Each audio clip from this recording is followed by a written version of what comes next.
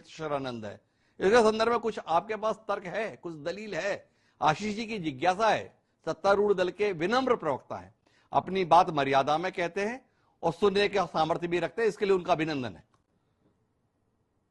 द्विवेदी जी, जीवन में पहली बार निशब्द होने का मन कर रहा है। आज इस पैनल में बैठा हर व्यक्ति सनातनी है, हर व्यक्ति हिंदू है।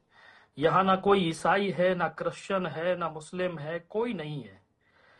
लेकिन पहली बार एक संत के रूप में निज को इतना असहाय समझ रहा हूं भारत में कि एक शंकराचार्य का अपमान होता है और कुछ राजनीतिक फायदे के लिए सनातन को ताक पर रख दिया जाता है।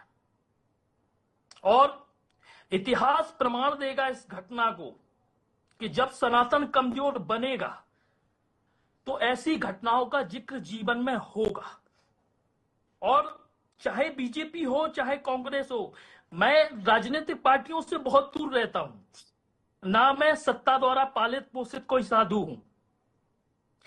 लेकिन अगर ये पूरी शंकराचार्य का अपमान हो जाता या सिंगवेरपुर के किसी शंकराचार्य का, किसी का भी, अभिमुक्तेश्वरानंद हो, लेकिन उस पीठ का अपमान हुआ है, सनातन का अपमान हुआ है, बटकों को शिखा पकड़ के खींचा गया इस भारत में, जिस भारत को हम हिंदू राष्ट्र बनाने का प्रयास कर रहे हैं, जिस भारत में हम हिंदू राष्ट्र की बात करने की कोशिश करते हैं।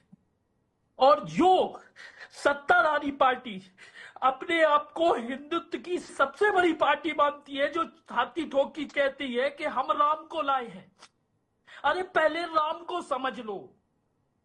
जो राम गुरु वशिष्ठ के लिए अपना सर्वस्व छोड़ देते थे, जिनका एक गुरु वशिष्ठ का एक आदेश उनके लिए सर्वप्रिय होता था, सर्वसम्मत होता था, उस राम के आप अनुयायी होके और एक शंकराचार्य से आप प्रश्नवाचक चिन्ह लगा रहे हो। और सबसे बड़े आज जो आघात की बात है कि उत्तर प्रदेश की गद्दी पर स्वयं एक योगी विराजमान है।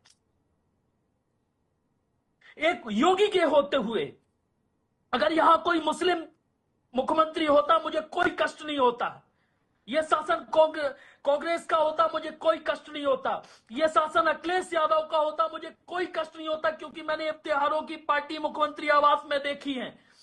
मैंने सड़क पर नमाज पढ़ने वालों के लिए लड़ते हुए देखा है। और माननीय तिवारी जी, बीजेपी के प्रवक्ता जी, मैं एक बात आपसे कहता हूं कि राजनीति करनी है तो शब्दों के समावेश को समझ के देखिए।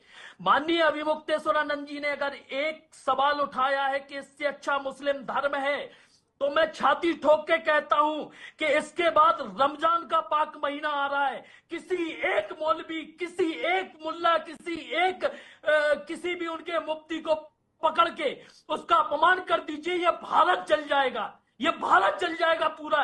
ये सनातन है, ये सनातन है, ये सनातन की उदारता है कि अभिमुक्तेश्वरानंद वहां धरने पे बैठे हैं, उपद्रव नहीं कर रहे हैं। और मुझे सबसे बड़ा कष्ट है जो सिंगवेरपुर के पीठाधीश्वर है महाराज जी, मैं निवेदन करूंगा, धर्म को राजनीति से मत जोड़िए, सनातन खत्म हो जाएगा।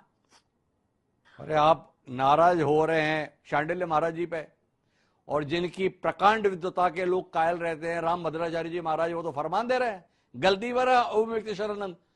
कहां गलती पे आशीष तिवारी जी, कहां गलती पे योगी आदित्यनाथ जी? राम भद्राचार्य जी भी लाखों लोगों की आस्था के केंद्र हैं, वो कूद गए, गलत है। एक चीज बताऊं जी द्विवेदी जी, सुर नर मुनि सबकी यही रीति, स्वार्थ लाभ करें सब प्रीति, ये राम भद्राचार्य जी के लिए। और एक बीजेपी के लिए कहूंगा कि असना को जन्मा जगमाही, प्रभुता पाह ताह मद नाही, और मद का सर्वनाश होता है, ये निश्चित है।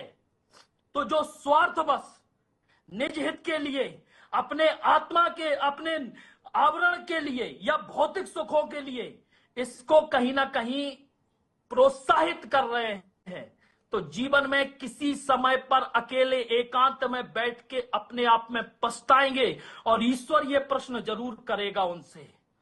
मैं बहुत छोटा हूं, बहुत अल्प हूं, लेकिन सनातन के लिए एक विकल्प बन के रहता हूं, इसलिए मैं राजनीति से, समाज से बहुत दूर रहता हूं। बाकी राजनेताओं को क्या करना है, प्रशासन को क्या करना है, अगर रामदूत दास जी तो बहुत ज्यादा आहत हैं इस पूरे घटनाक्रम